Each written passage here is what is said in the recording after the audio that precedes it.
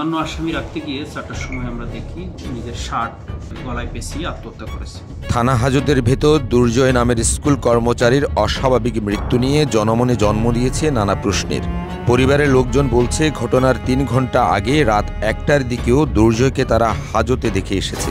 Police বলছে নিজের পরনের শার্ট ব্যবহার করে দুর্জয় আত্মহত্যা করেছেন। পুলিশ কর্তৃপক্ষ কোনো জালিয়াতি বা ফাঁসাইছে, এখন অন্যরা করে ওর উপর চাপাই দিচ্ছে জিনিসটা। আমার যেটুকু মনে হয় ওনারে কি অত্যাচার করে হত্যা করা হয়েছে নাকি উনি আত্মহত্যা করেছেন। আপনারা সবাই দেখছেন, আপনাদের ভিডিও ফুটেজ আছে এবং ছবি আছে। ছাড় পেঁচিয়ে ওনাকে গলার মধ্যে দেওয়া হয়েছে। শুক্রবার ভোর 4টায় কক্সবাজার জেলার চকরিয়া থানা হাজতে চকরিয়া সরকারি উচ্চ বিদ্যালয়ের অফিস সহকারী কাম কম্পিউটার অপারেটর দুর্জয় চৌধুরীর মৃত্যু হয়। চেক জালিয়াতি করে স্কুল তহবিলের টাকা আত্মসাতের অভিযোগ এনে বৃহস্পতিবার রাতে একটি লিখিত অভিযোগ সহ ওই কর্মচারীকে পুলিশের হাতে তুলে দেন স্বয়ং স্কুল প্রধান শিক্ষক রাবেয়া খানম। শুক্রবার সকাল 10টার দিকে চকরিয়া উপজেলা সহকারী কমিশনার ভূমি ও নির্বাহী ম্যাজিস্ট্রেট রূপায়ণ দেব থানা হাজত থেকে তার মরদেহ উদ্ধার করেন। এ সময় পুলিশ সুরতহাল প্রতিবেদন তৈরি শেষে ময়না তদন্তের জন্য নিহত দুর্জয়ের মরদেহ পাঠায় কক্সবাজার সদর হাসপাতাল মর্গে। জানা গেছে নিহত দুর্জয় চৌধুরী চকরিয়া পৌরসভার 4 নম্বর ওয়ার্ডের ভরামহুরি হিন্দু পাড়ার কমল চৌধুরীর ছেলে। পুলিশ বলছে চেক জালিয়াতির মাধ্যমে স্কুলের টাকা আত্মসাতের অভিযোগে থানায় একটি সাধারণ ডায়েরি দায়ের করেন স্কুল প্রধান শিক্ষক রাবেয়া খানম। ডায়েরির অভিযোগের ভিত্তিতে তাকে গ্রেপ্তার দেখানো হয় এবং ভোর 4টার নাগাদ দুর্জয় থানা হাজতে আত্মহত্যা করে।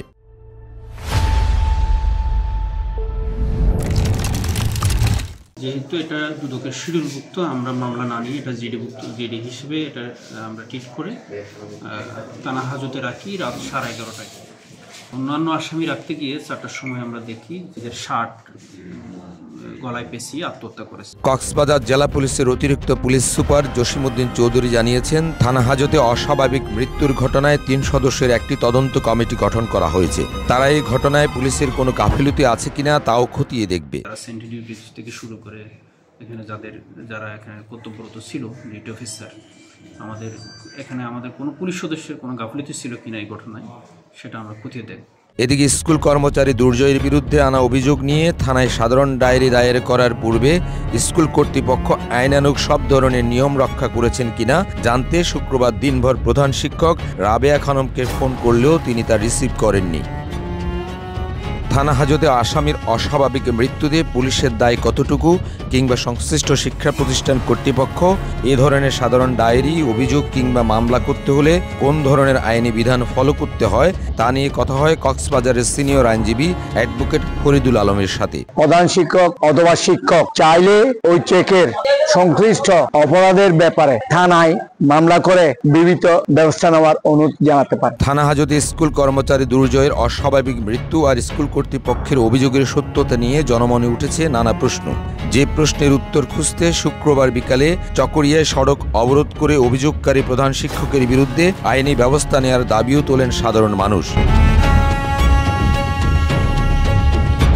কক্সবাজার থেকে আরজ ফারুকের পাঠানো তথ্যচিত্রে এনায়েত হোসেন মিঠু, কালের কণ্ঠ।